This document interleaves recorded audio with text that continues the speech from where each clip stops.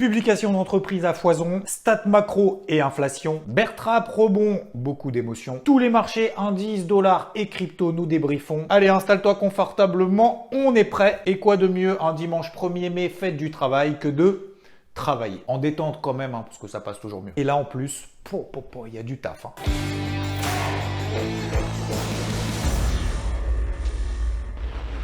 Commençons doucement en Allemagne où au premier trimestre 2022, et c'est pas passé loin, l'Allemagne n'est pas passée en récession. Plus 0,2% pour le PIB comme attendu. L'IFO, l'indice du climat des affaires, toujours en Allemagne, était légèrement supérieur aux attentes à 91,8. Par contre, côté climat des consommateurs, là, on est au plus bas. Covid, confinement, guerre en Ukraine, inflation, hausse des prix de l'énergie, possible récession. Enfin, il y a quand même des arguments à l'appel et on va le voir que ça se ressent sur les marchés. Selon la Banque Centrale Européenne et son vice-président, on devrait avoir une baisse de l'inflation au second semestre en zone euro. Elle restera élevée, certes, mais elle ne va pas s'accélérer. Entre nous, ils ont aussi le droit de se tromper. Comme le fait qu'un membre du comité exécutif de la Banque Centrale Européenne a estimé que l'ensemble du marché des cryptos ressemblait quand même étroitement à une énorme pyramide de Ponzi. Alors qu'imprimer des billets pour acheter de la dette, s'endetter pour racheter de la dette, ça par contre, ça passe. Ça, c'est pas un problème. Ça s'appelle du talent. Mais cette vision d'avoir un plafond au niveau de l'inflation, ça a plutôt tendance à rassurer les marchés. Les prix à la consommation au mois d'avril en Allemagne ont progressé de 0,8%. Sur 12 mois glissants, c'est une hausse des prix à la consommation de 7,4%.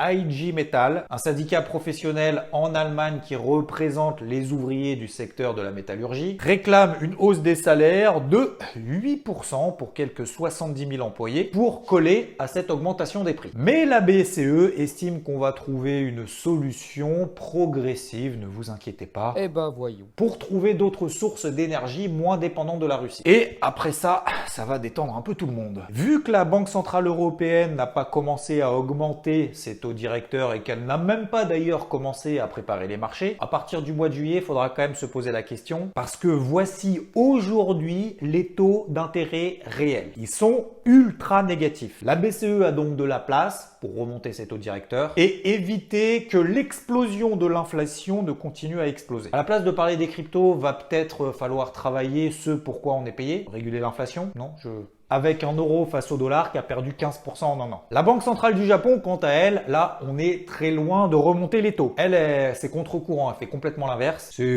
Elle ouvre la planche à billets là. Elle augmente sa politique monétaire qui est déjà ultra accommodante. Objectif, c'est de tirer vers le bas le yen qui est déjà au plus bas depuis 20 ans face au dollar. Et accessoirement, tirer le marché des actions vers le haut. Allez les gars, on va lâcher encore 6200 milliards de yens. Subventions aux entreprises, aux particuliers, tout le monde. Ceux qui veulent, ils prennent. Qui représentent 46 milliards d'euros. De toute façon, ça fait depuis des années qu'on est en déflation, alors un peu plus, un peu moins. Même si au mois de mars, les prix à la consommation ont augmenté de 0,8% à cause ou grâce, je sais plus du coup, de la flambée des prix de l'énergie, des céréales et tout ça. C'est largement moins que chez nous et chez nos copains américains. Mais comment ils font pour injecter comme ça à bloc non-stop? La dette du Japon, c'est 250% du PIB. Sa dette est essentiellement détenue par les investisseurs, les citoyens. C'est pour ça que le yen fait généralement office de valeur refuge. Le Japon a largement confiance en ses citoyens pour rembourser à un moment donné toute la dette qu'ils ont achetée. Qu'est-ce que c'est beau la confiance. Au Royaume-Uni, la livre sterling, c'est un peu comme l'euro. Elle se fait démater ces derniers jours. Hausse des prix, récession, ralentissement du marché du travail, vente au détail publiée cette semaine largement inférieure aux prévisions, PMI pourri, arrêtons-nous là, on sait maintenant pourquoi ça dévisse. Allez,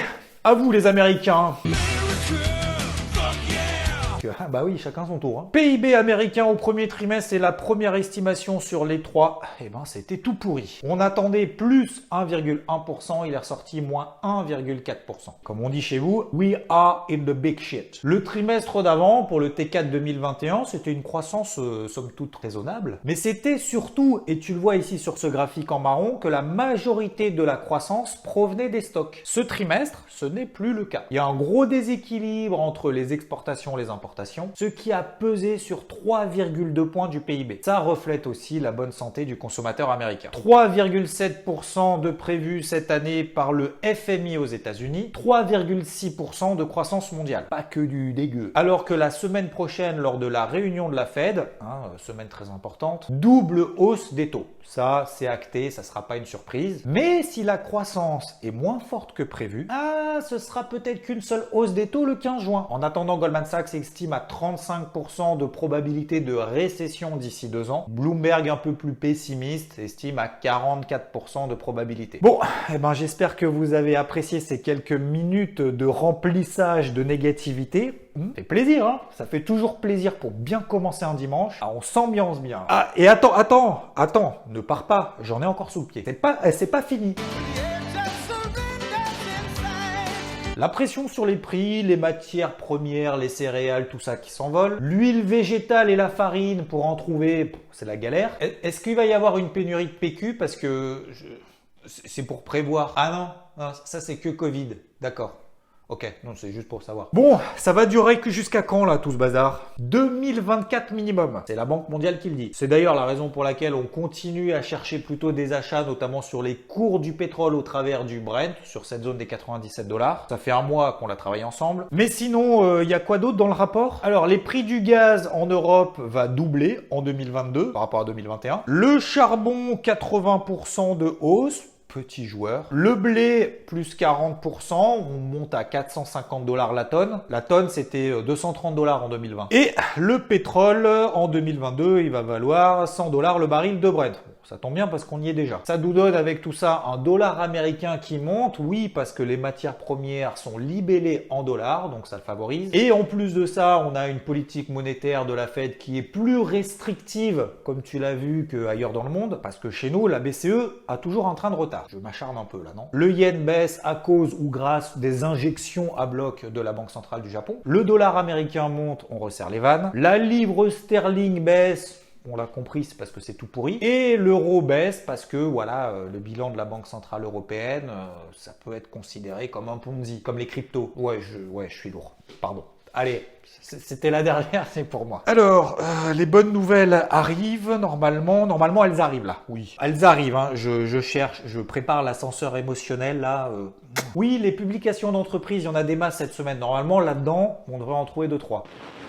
Un tiers des entreprises de l'indice SP500 ont publié. Toute la semaine, j'ai fait de notifications sur IVT. On a également suivi ça en live sur Twitch, etc. Donc, on va pas toutes les faire. On se rassure, on se détend, ça va pas nous pomper tout notre dimanche. Déjà, Apple, c'était focus là-dessus. Les chiffres étaient bons. Des records de partout, Apple, iPad, iPhone, iMac, iPod, tout ce que tu veux, ça bourre. Bon, par contre, ce qui est important sur les marchés, c'est l'avenir. La publication, c'est sur le passé. C'est une première importance, mais on veut voir un peu de visibilité là. Et là, Apple annonce qu'il y aura probablement des problèmes d'approvisionnement. Ce qui devrait accessoirement amputer son chiffre d'affaires entre 4 et 8 milliards de dollars. Et sur le trimestre là, qui est déjà en cours. À cause notamment de la Chine et le confinement massif. Du coup, la réaction après bourse, elle était plutôt bonne, puis finalement moyenne, puis finalement bonne, puis enfin, bref. En gros, visibilité réduite. Boeing, elle, c'est sûr. C'est sûr, c'était complètement dégueu. C'était déjà prévu la perte, mais la perte a été encore plus forte que ce qui était prévu. Problème d'approvisionnement, révision du programme de ses avions civils et militaires, le report à 2025 de son nouveau biréacteur 777X, 5 ans de retard quand même. Elle a perdu 10% dans la foulée. Dans la globalité, toutes les entreprises dans l'indice SP500, voici le rapport. Les bonnes nouvelles existent en France, notamment avec Dassault Systèmes qui s'est payé le luxe, oui, de relever ses objectifs 2022, ça court pas les rues, grâce à l'amélioration de sa rentabilité. Total Energy, c'était bon aussi, performance record au premier trimestre, grâce à... Non, pas au problème d'approvisionnement, grâce à la montée du prix du gaz et du pétrole. Ah bah ouais, à un moment donné, il faut bien qu'il y ait un gagnant. KKR, un fonds d'investissement américain, a lancé une OPA sur Abioma. 50 € par action. Spécialiste français de l'énergie renouvelable. Alors, elle était déjà à 44 € avant et déjà dans une tendance haussière depuis le début de l'année. Et on ne peut pas parler de rachat sans évoquer Elon Musk et Twitter. Et il y a des doutes de la part de Wall Street, ils sont pas sûrs qu'il aille jusqu'au bout. D'ailleurs, ça rejoint de nombreuses questions que vous m'avez posées. Pourquoi le prix de l'action Twitter ne colle pas au prix de rachat qu'a annoncé Elon Musk? C'est parce que d'un côté, ceux qui sont déjà à l'achat, ils disent « moi je vais pas attendre l'OPA parce que si jamais ça se fait pas, tu vois, je suis pas à 10% près, parce qu'on n'est jamais sûr de rien. Et personne ne prend le risque d'acheter 10% en dessous du prix annoncé par Elon Musk, avec le risque que si ça se fait pas, que ça se casse vraiment la gueule. Disons que l'espérance de gain restant, c'est pas fou. Donc c'est pour ça que l'action Twitter bloque à 50 $, et qu'elle ne va pas directement à 54,20 $, le prix proposé qui a été accepté par Twitter. Le problème, c'est que monsieur Elon Musk, un léger troll, il continue à poster et à troller sur Twitter. Il est en train de troller la politique de modération de Twitter et sa responsable juriste. Alors que dans l'accord de rachat, c'est écrit quand même noir sur blanc, ça serait bien que tu dénigres pas Twitter et tous ses responsables, tu vois, pendant la finalisation de tout ça. Mais il peut pas s'empêcher, c'est pas possible. C'est contre nature, il peut pas. Et Tesla est en train de morfler parce que il devra probablement vendre une grosse participation de ses actions Tesla pour pouvoir financer son nouveau projet. Et les 40 milliards de dollars, il les a pas sur son livret A.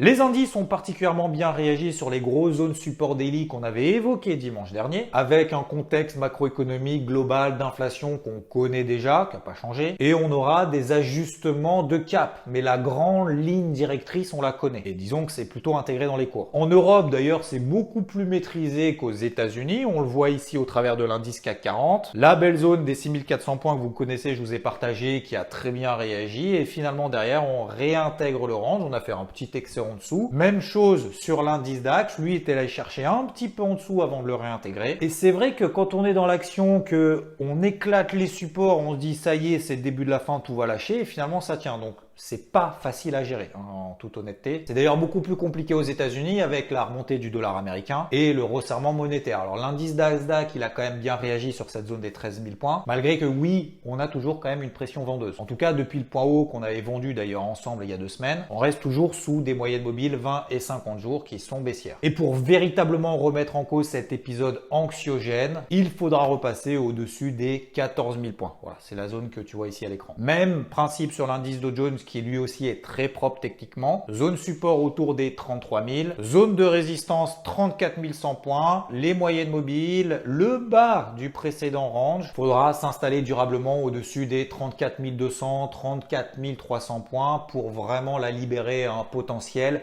et commencer à vraiment respirer. L'indice SP500, je vous mets les zones ici, 4150 points en bas, 4400 points en haut. Et un peu d'exotisme, oui, pour voir un petit peu plus large que notre nombril. Le Nikkei, lui, est soutenu par sa banque centrale, ça tient, et surtout sa lessive. En Espagne, c'est complètement plat, à l'image du CAC 40 et de l'indice allemand DAX, à l'image également de l'indice boursier en Australie. On a l'impression qu'il s'inspire de nous. L'euro contre le dollar est toujours sous pression, dans cette grosse zone mensuelle des 1,04, 1,07, pour le moment, il n'y a pas vraiment de réaction en daily. Belle entrée sur l'or, on avait préparé ça dans le carnet de bord jeudi de la semaine dernière, sur cette zone des 1876 $, incroyable, on a fait la touchette et bim, derrière, on est reparti direct au deuxième objectif des 1920 $. Le taux à 10 ans aux États-Unis lui reste perché proche des 3%.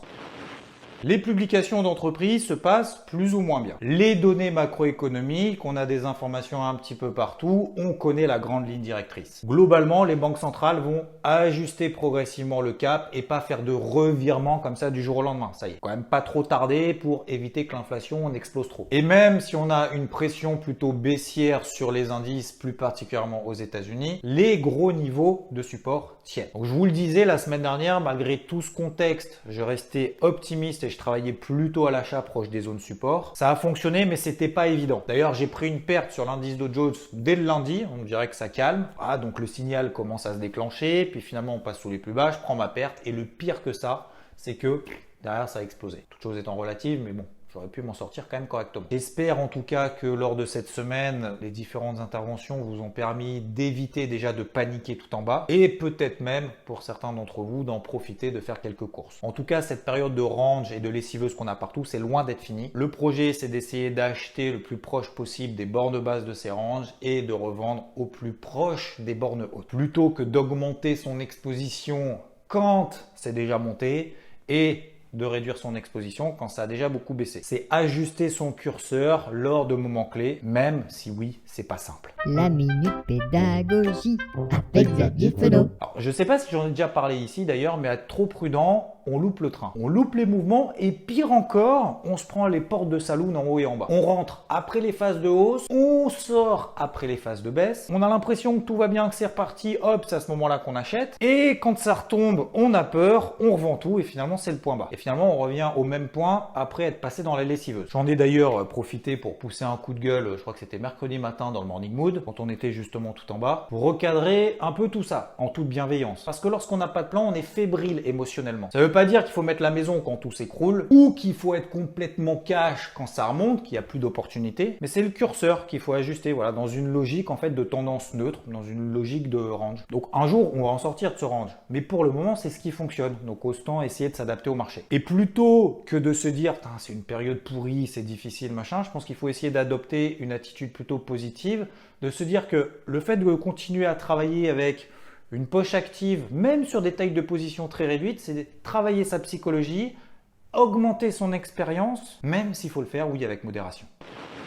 Comme sur le marché traditionnel, c'est pareil sur le marché des cryptos. Le Bitcoin passe sous les 38 000 $, c'est le début de la fin. Et en fait, absolument pas. Nouvelle impulsion haussière derrière de 7%, et ensuite ça retombe. Alors c'est facile à dire, c'est plus difficile à faire parce que d'acheter en pleine tourmente, en moment de panique, quand il y a un bruit de manière générale partout en disant « Ah, ça y est, tout va s'effondrer », t'es quand même pas en confiance. Bref, on tourne autour des 40 000 $ sur le Bitcoin, 2008-2009 sur l'Ether. On est en plein milieu d'un range sur la capitalisation totale, ce qui ne change pas depuis le début de l'année. Option 1, on patiente dans une optique de long terme. Option 2 pour les plus actifs, on buy the dip et on alleging the rebound. On allège le rebond en français. Il n'y a pas vraiment de grosses cryptos qui se détachent. On ressent quand même globalement un désintérêt. D'ailleurs, ça se voit sur l'évolution des volumes sur les contrats futurs du Bitcoin depuis un an qui sont en baisse de 60%. Pour autant, l'optimisme reste de rigueur pour les professionnels qui sont positionnés sur les options, les calls. On est globalement basé sur le Bitcoin